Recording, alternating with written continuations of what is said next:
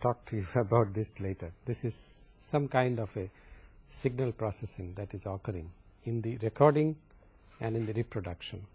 This is 22nd lecture. We complete discrete time Fourier transforms today and we also have an introduction to sampling.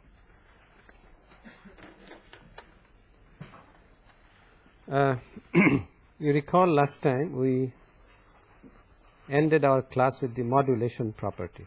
That is, if you have a product of x of n, x1 of n and x2 of n, the Fourier transform of the product is 1 over 2 pi, the convolution of x1 and x2. Is that right? Or is the 1 over 2 pi not there? Pardon me? What is it? Yeah, but what is the convolution? It is integral over 2 pi, x1 of theta, let's say, then x2 of omega minus theta d theta, and 1 over 2 pi. Okay. The convolution is this integral or 1 over 2 pi times this? Only the integral. All right. Now let's first take an example of this.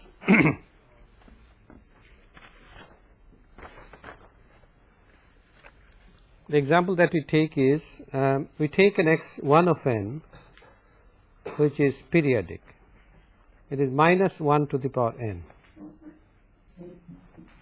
which is the same as, you better get acquainted with this, e to the j n pi. E to the plus j pi or e to the minus j pi is equal to minus 1. So e to the j n pi is minus 1 to the n, and therefore if I plot this sequence, I have at n equal to 0 it is plus 1, at n equal to 1 it is minus 1, at n equal to 2 it is plus 1, and so on. So it is a periodic signal. This is 0, 1, 2, 3 and so on and the value is 1, this is minus 1. This is a periodic signal, and what is the period? Period is capital N equal to 2. All right. If x of omega, if the signal is e to the j omega 0 n, what is its Fourier transform?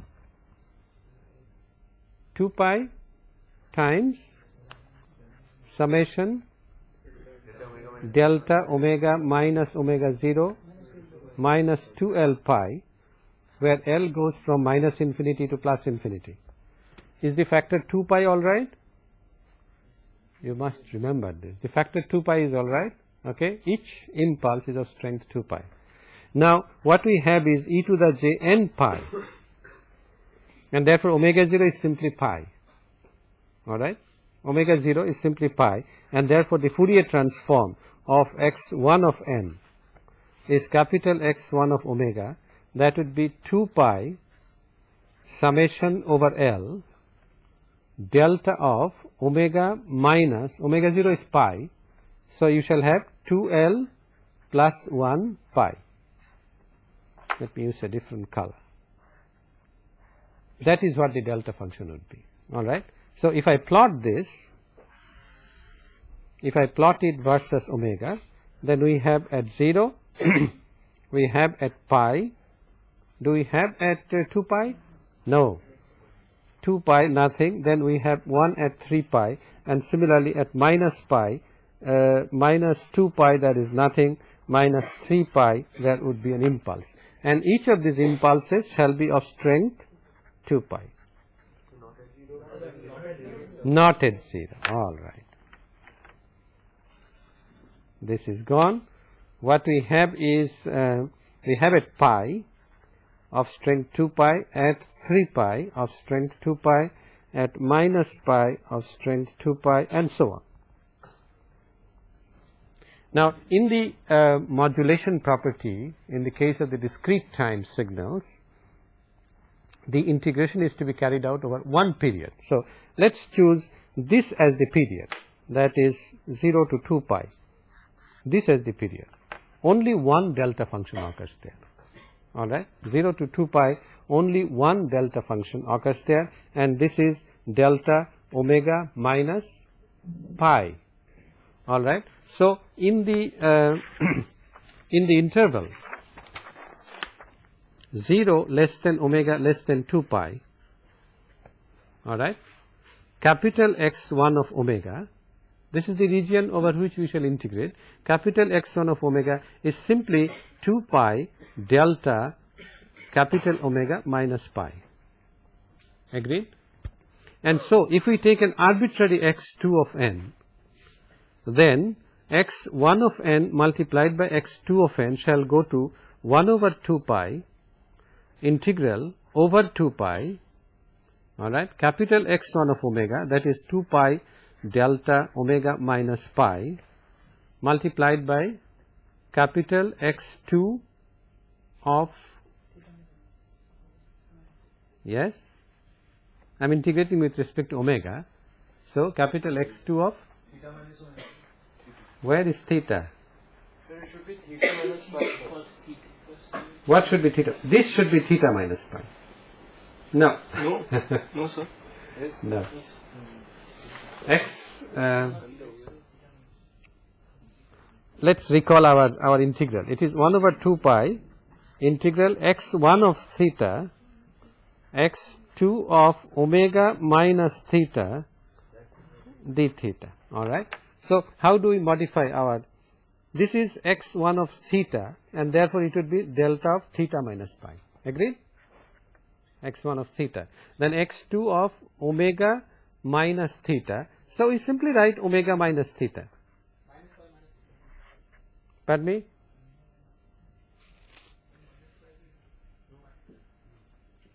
X1 of omega, I want to find out x1 of theta. So, all that I do is replace omega by theta, and therefore it becomes delta theta minus pi, alright. And what do we get here? I have to rewrite this.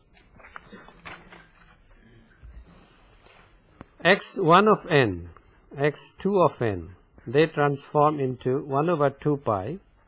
The first thing I write is x1 of theta, and that is 2 pi delta of theta minus pi, agreed? The second is x2 of omega minus pi, omega minus theta. So, I write omega minus theta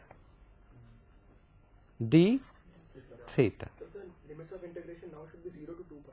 Yes, sir. 2 pi would mean any 2 pi. Yes, that is correct.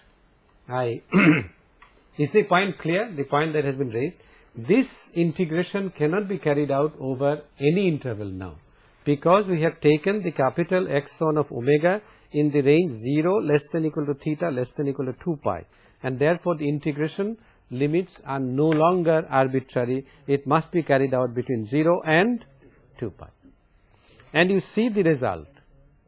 The result is the delta function exists only at theta equal to pi, and therefore capital X2 becomes what? Omega minus pi, and then under the integral you have delta theta minus pi d theta, which is unity. 2 pi and 2 pi cancel. So, this is what the result is, which means that if I multiply x2 of n, an arbitrary periodic signal, x2 of n, by x1 of n, which is minus 1 to the power n, then the Fourier transform of this is capital X2 of omega minus pi, which means that the spectrum is simply shifted to the right by an amount pi. Now, is this a surprising result?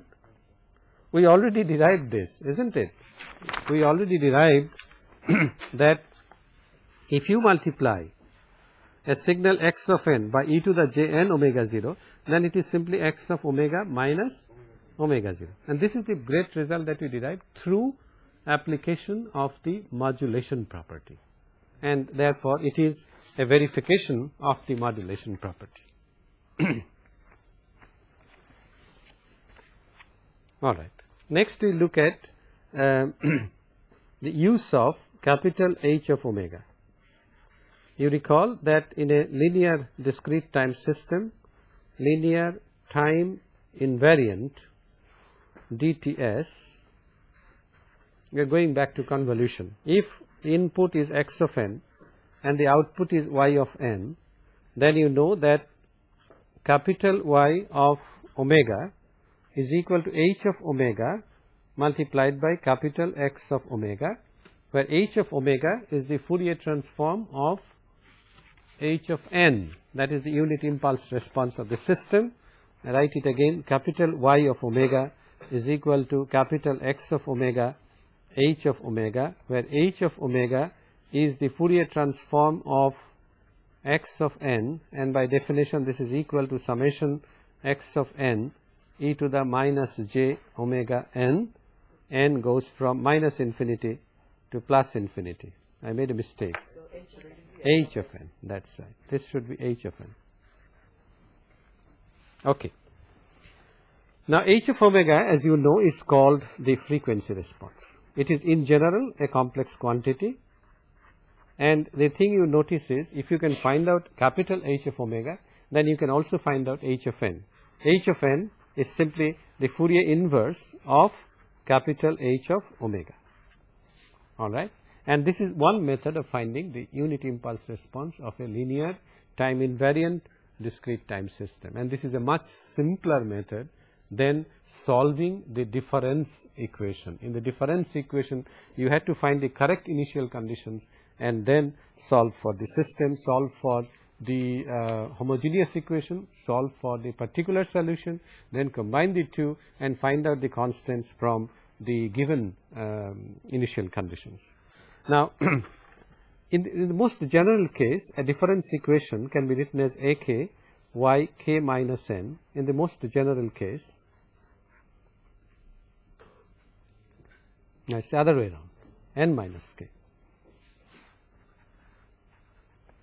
That should be equal to summation bk x of n minus k, where k may go from, let us say, 0 to capital N. Here k may go from 0 to capital M, and m and n are not necessarily equal. They can m and n can be constrained by any equality or inequality relationship. All right, there is no control on how many differences shall be involved with x, how many differences shall be involved with n, with y. But we know that capital N, that is number of differences that are required for the output, determines the order of the system. This determines the number of eigenvalues for the system. All right, you can write a characteristic equation by putting y of n equal to z to the n. You can write an equation in z, and the roots of z give you the eigenvalues. All right, all this has been done earlier. What I want to tell you now is that if we take the Fourier transform of both sides, then in the left hand side you get ak, and y of n minus k, that is you get y of omega e to the minus j k omega, summation over k, and this becomes equal to bk capital X of omega e to the minus j k omega. Is that correct? So that I am taking the relationship that x of n minus k, if x of n transforms to capital X of omega, then x of n minus k transforms to capital X of omega e to the minus j k omega. That is the delay, and this shows itself as an angle shift. This is only an angle shift, isn't it? It does not affect the magnitude of the spectrum, it only affects the phase. All right. Now, if I simplify this, that is, I want to find out, my ultimate aim is to find out h of omega, which is obviously y omega by x of omega, and therefore I can determine the frequency response function by inspection of the difference equation. In the most general case, for example, the frequency response function is simply the summation bk of e to the minus j k omega. K goes from, let us say, 0 to capital M, divided by 0 to capital N a k e to the minus j k omega. This is the frequency response function in the most general case, and you notice that if m is less than n, all right, the first thing you notice is it is a rational function, is it? In what? What is the variable? That is right. It is rational. You must define your variable. It is rational as into the j omega. It is not rational in omega. Obviously, it is irrational because there is an exponential power involved. It is not rational in e to the j omega. It is rational in e to the minus j omega. Can we say it is rational in e to the j omega also? Yes, sir. No, why not? We multiply. We multiply with the required number of terms, and then we can convert it into a rational function in e to the j omega, provided you tolerate a factor, an exponential factor.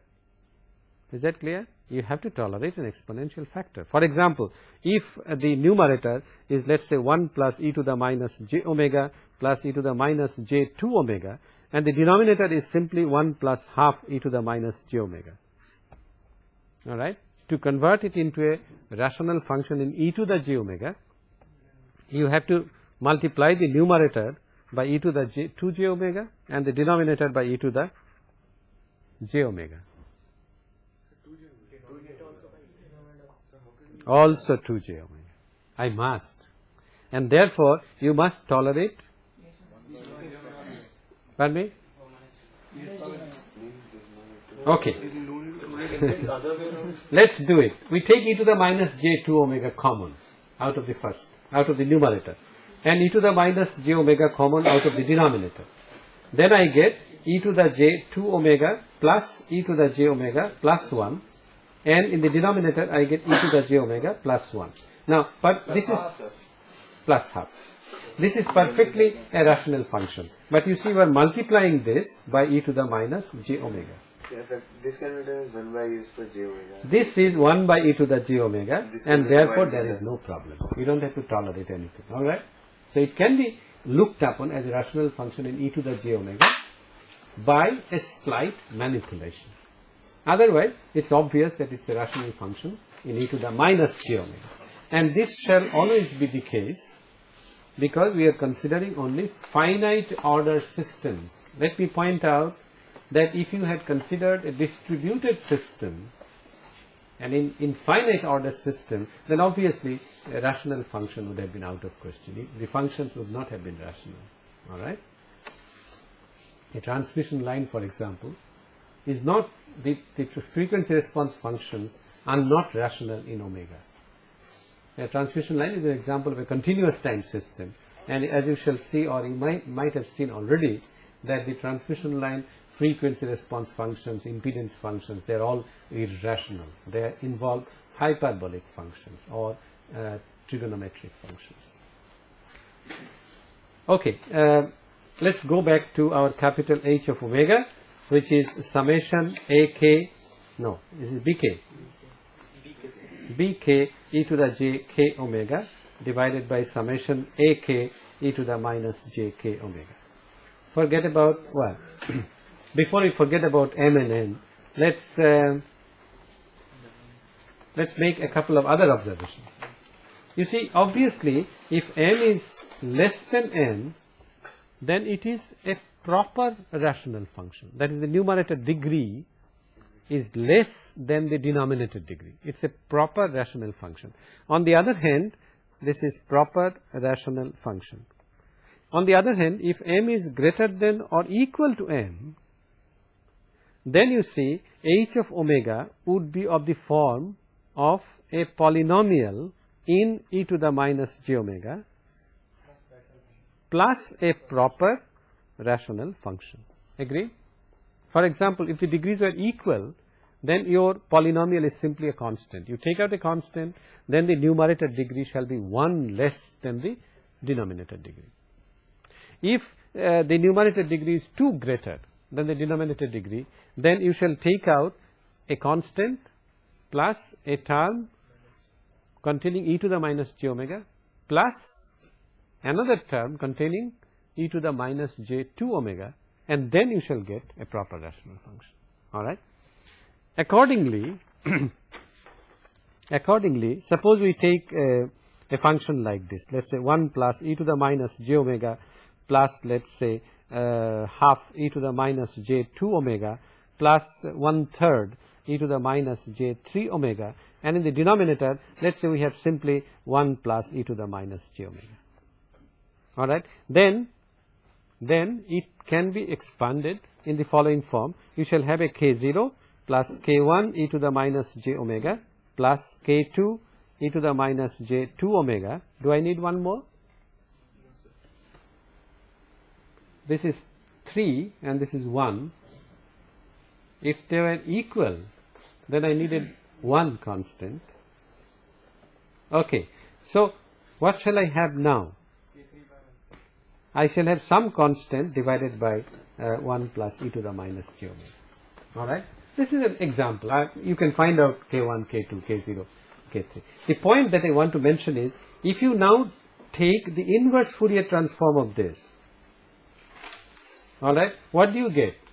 You get a delta function. For the first one, you get a delta n.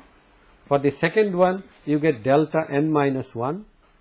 For the third one, you get delta n minus 2, and so on. And for the fourth one, you get a k3, what? What is the inverse transform of this? 1 plus e to the minus, yes? 1 to the power un minus. So it is simply, un. is that right? Yes. Okay. So this is my final result. You see, if the numerator degree is higher than the denominator degree, higher or equal, then delta functions appear in the impulse response. On the other hand, if it is a proper rational function, delta functions do not appear. All right. Let us take some examples now. The simplest example is yn minus y, let us say a yn minus 1 equal to xn. This is the first order, a very simple example. And you know h of omega is equal to 1 by 1 minus, you can write it by inspection, 1 minus a e to the minus j omega, and you know what h of n is. H of n is equal to a to the n u of n. Agreed? The simplest example. In all complicated examples, second or higher order systems, we always break it up. If you look at partial fraction expansion is nothing but breaking up h of omega into sum of first order systems.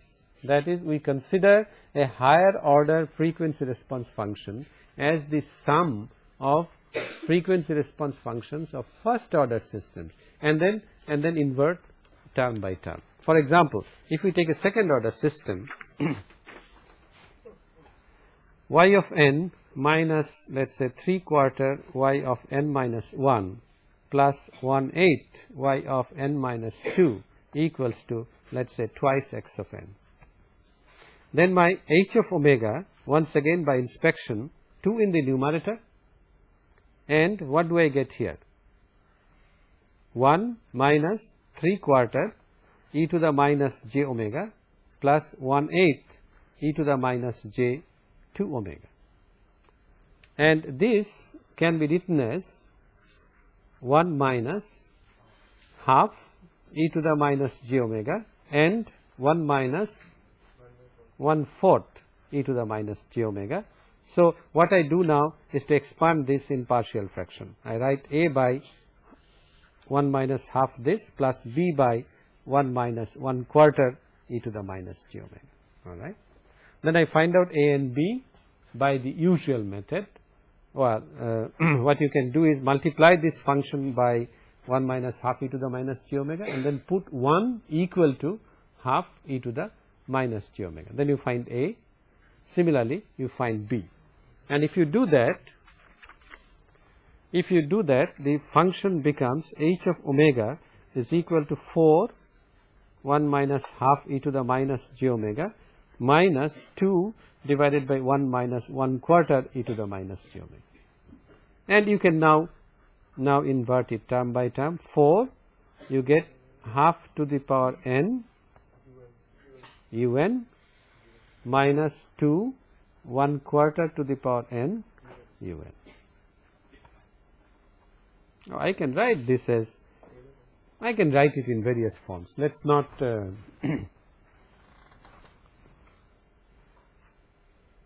is there a problem? Okay. So this is my h of n. The point that I was mentioning is, in this particular example, we were lucky that these factors half and 1/4 they were real. They can also be unreal, they can be complex. Let us see what happens in the general second order case. We take a difference equation which is yn minus twice r cosine theta y of n minus 1 plus r squared y of n minus 2, let us say, equals to xn. What are the eigenvalues for this system? If you put yn equal to z to the n and simplify, you get a quadratic equation z squared minus twice r cosine theta z plus r square equal to 0. So what are the eigenvalues? Don't you see that they are r e to the j theta and r e to the minus j theta, and therefore the factors of the denominator shall now be complex. That is, h of omega shall be 1 by 1 minus r e to the j theta e to the minus j omega times 1 minus r e to the minus j theta e to the minus j omega. I hope I am right. Is it okay? And I can apply the same technique of partial fraction expansion. That is, I write a divided by 1 minus r e to the j theta e to the minus j omega plus b divided by 1 minus r e to the minus j theta e to the minus j omega. All right? And I can find out a and b. Obviously, a and b shall no longer be real quantities. They shall be complex. And if you find this out, I will skip the algebra. If you find a and b out, what do you expect h of n to be? H of n must be a real quantity. Why? Can h of n, you see, if I take the inverse transform this, can h of n be complex? Why not? The equation has real coefficients, and therefore h of n must be a real quantity. All right. The ultimate result is the following. H of n, I am skipping the algebra, h of n is r to the power n sine of n plus 1 theta divided by sine theta times u of n. That is what the the expression is. The impulse response function is a sinc function, all right, is a sinc function amplitude modulated by r to the power n. You see, this function, this factor depends on n, and therefore it is not proper to say that it is only a sinc function. It is sinc function whose amplitude is modulated by a quantity r to the power n.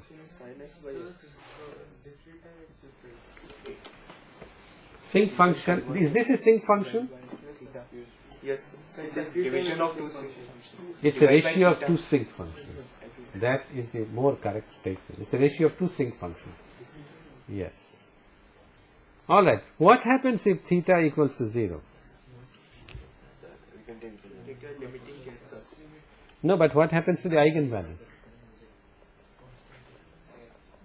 You see, z squared minus twice r cosine theta, they become identical. So, it is a case of repeated roots.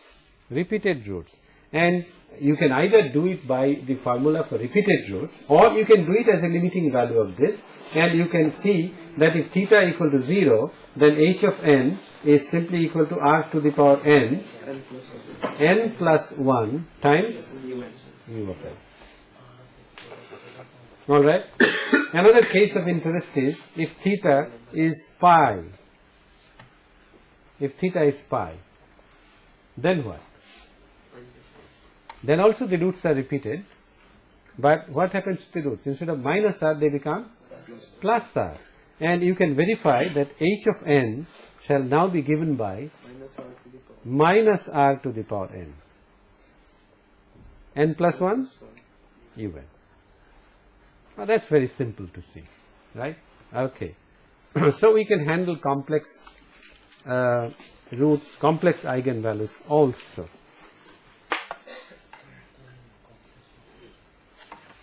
And that sort of brings us to the end of our discussion on discrete time Fourier transforms. We next look at very briefly before the mid-semester break at this concept of sampling. We have already discussed sampling in the context of one particular example, one or two examples, where we said that we are given a continuous time function like this, an x of t versus t, a function like this,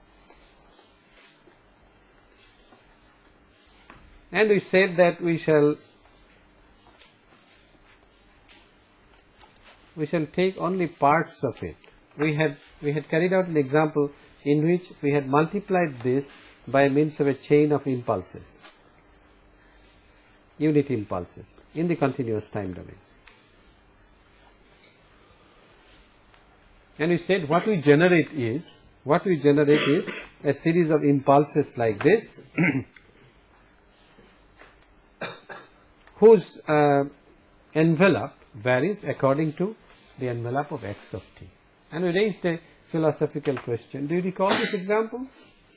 We raised a philosophical question: how is it that the whole can be constructed from parts of it? You see, while sampling, we are taking only parts of it. That is, we are taking an impulse, for example, at t equal to capital T, let's say, an impulse whose strength is x of t. So this process, if this is 2t, the next impulse shall be of strength x of 2t. The next impulse shall be of strength x of 3t, and so on. Alright. So what we are doing is, from a given x of t, which is a continuum, goes from, let's say, t equal to minus infinity to plus infinity, we are only taking a number of samples. What happens in between, the kind of variation we are ignoring completely. And we said through frequency response, through spectrum analysis, that the original function x of t could be reconstructed from these samples provided certain constraints are met. To look at this in a little more wider context, let's consider examples of functions whose sample values are the same, but the functions are entirely different. That is, in between capital T and 2t, we can have any kind of variation. Alright. So in general, the point that I want to emphasize is, in general, it is not possible to reconstruct the whole only from a part. But if there are constraints, as you shall see, this is one of the most beautiful things in signals and systems, that subject to certain discipline, certain constraints imposed on x of t, only parts of it are sufficient to reconstruct the function. Only parts of it, all other parts, the parts that are used to maintain the character of x of t, are obviously the essential parts. All other parts are non-essential or redundant. Alright. So it's the sampling is a very philosophical concept, but it is also a very practical concept. You see, there was a time when digital hardware was not as freely available. Microprocessors were not known. Digital computers used to occupy very large rooms, the bulb version and then even the transistor version and so on. So digital hardware was very costly, and most of the signal processing used to be done by analog means. In the 70s, 60s the revolution started. In the 70s, digital hardware became comparable in cost to analog hardware, and therefore many people turned to digital signal processing rather than analog signal processing. And you know that audio, the telephone system, most of them are now digital. And whereas the world, the practical signals in the world are analog. The speech, for example, is an analog signal. It's a continuous time signal. The amplitude is not discretized. All right. Speech is analog. The rainfall is analog. The weather variations are analog. Most of the signals in practice are analog, and therefore there is a need to convert analog signals into discrete signals, and this is done by sampling. In this conversion, if you are not careful, you can lose part of the information or most of the information, and some discipline therefore is needed on the signal itself or the way in which you sample it. But before that, let's look at some signals just to convince yourself that sampling has to be a disciplined processing, a disciplined phenomenon. Let's say we have a signal like this, and we sample it by means of, we'll look at sampling process a little later, but let's say we are sampling by means of an impulse train. So what we are doing is, this x of t we are multiplying by an impulse train like this. And the result would be this chain of impulses whose strength at a particular point, if this point is kt, then the impulse strength would be x of kt. That means that the amplitude of x of t is reflected in the strength of the impulse. The position of the impulse is known. It's at regular intervals of time, capital T. All right. I can have another signal having the same impulses, but it can be quite different. For example, consider this.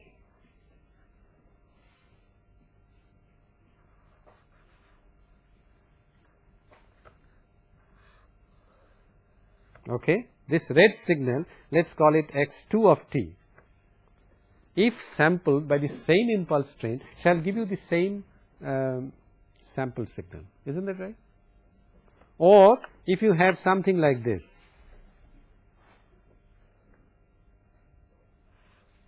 or you can think of wild signals like this. Okay? You can have a large number of signals, virtually infinite number of variations, infinite number of signals which are the same sampled values. All right? And therefore, in general, I have made a mistake. Sir, excuse me. Yeah. Multi-valued signals are sampled, like the blue one you have drawn. That's why it is not correct. Multi-valued. So what do you get, sir, as a sample? I know. We will not take multi-valued signals because that itself is an ambiguous thing. All right. I'm sorry. My drawing of the blue one you can ignore. Let's consider the red and green, red and violet one only. I can construct another. I was just not careful in constructing this. This is a multi-valued signal. So multi-valued signal we take out of consideration. Anyway, the point that I am mentioning is, given this sequence, some sequence of samples like this, you can't say that the original signal is simply by smoothly joining the tips. All right. It is not necessarily the original signal, because the original signal could also be like this. Let me draw another.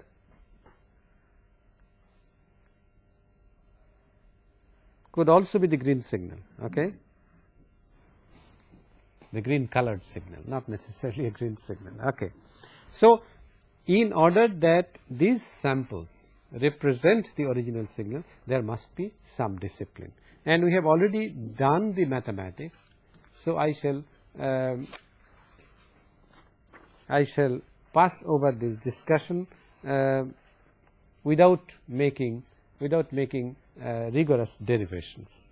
Well, what we have is, given an x of t, let me state to start with what are the disciplines, then we will see what the disciplines are. The discipline is that if x of t, sampled versions of x of t, let us say s of t, if this is to contain all the information that is contained in the original signal x of t, then x of t must satisfy two constraints. X of t must satisfy one constraint, and the sampling process must satisfy another constraint. X of t constraint is that it must be band limited. What do we mean by band limited? It means that x of t cannot contain frequencies beyond a certain frequency. That is, the frequency content of x of t, the spectrum of x of t must be band limited. In other words, it exists over one or more bands.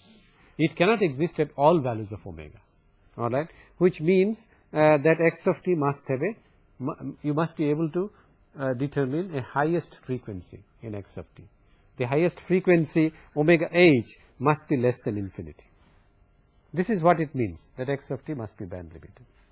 And the sampling process, the constraint of the sampling process is that capital T, the sampling interval, must satisfy the relation that 1 by t, which is the sampling frequency, 1 by t, must be greater than or equal to twice the highest frequency content fh.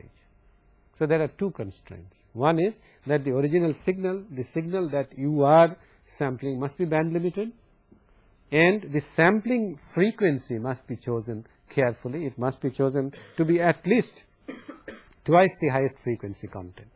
And how this comes about, we had already illustrated in the example that we worked out. Let us quickly recall that example. The example was that x of t was multiplied by a p of t, the sampling function, impulse sampling, where p of t was equal to summation delta t minus nt, where n goes from minus infinity to plus infinity. And therefore, the resulting signal, if we call the sample signal as y of t, then the resulting signal can be simply written as, would somebody object to this? N equal to minus infinity to infinity, I can write x of, no, not here, x of, I beg your pardon, x of nt multiplication by xt, delta function exists only at t equal to nt, and therefore x of nt multiplied by delta t minus nt.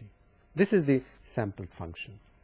And you know that when two functions are multiplied in the time domain, the spectrum y of omega simply becomes the convolution x of omega with p of omega. All right. We had argued 1 by 2 pi. All right. Let me not make a mistake. Do not allow me to make a mistake.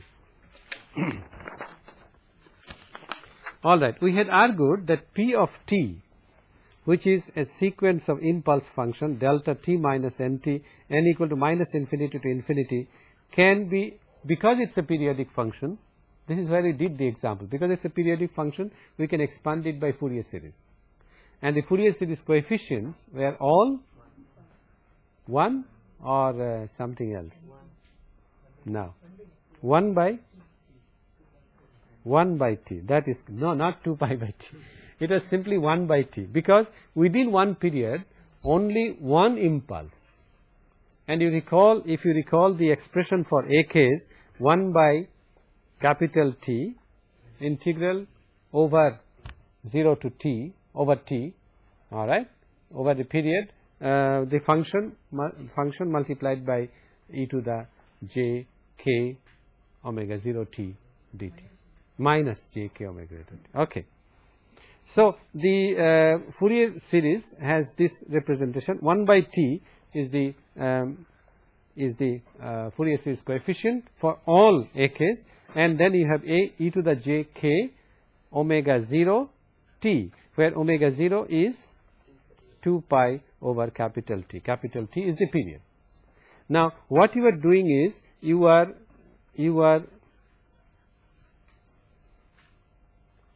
convolving 1 by 2 pi x of omega, you are convolving this with p of omega, all right. Now, what is capital P of omega? If p of t is this, then obviously the capital P of omega shall be 2 pi by t.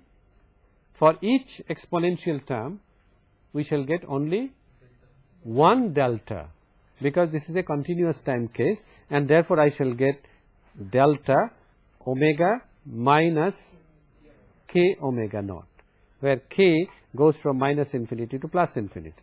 And you notice that 2 pi and 2 pi cancel, and x of omega, because it is a linear operation, could be convolved with each delta in the summation, and the result becomes extremely simple. The result becomes y of omega becomes equal to 1 by t, do not forget this factor, summation k equals minus infinity to plus infinity, capital X of omega minus k omega 0. This is a result which we had derived earlier, and therefore I had only gone through outline of the derivation. And this shows that the impulse sampled signal has a spectrum y omega, which not only contains capital X of omega, that is for k equal to 0, let us say it was like this. If this was the original capital X of omega, then this is a periodic repetition of this with a period of omega 0, and therefore 0, if this is omega 0, we have a triangle like this, then we have a triangle like this, then we have a triangle like this, and so on. This is an arbitrary hypothetical spectrum, and this is the omega axis.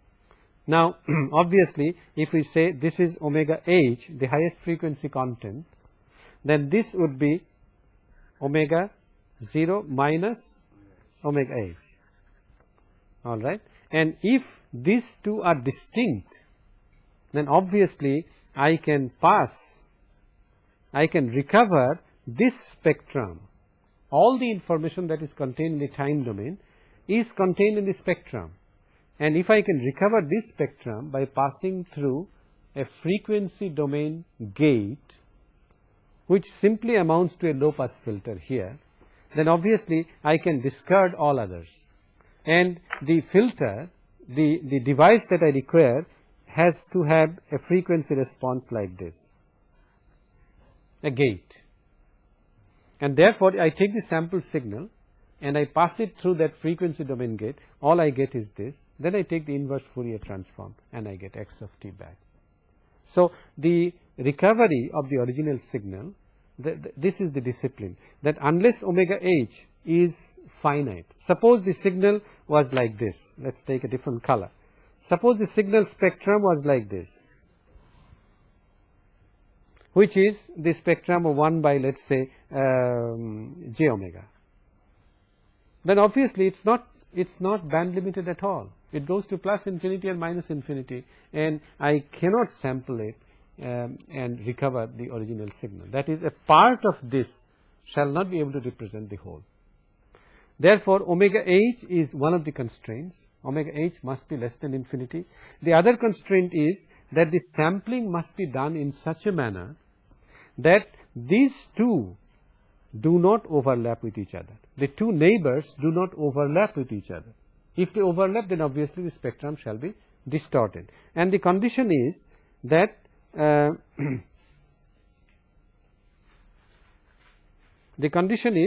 omega h must be less than omega 0 minus omega h. All right. That means omega 0 must be greater than twice omega h.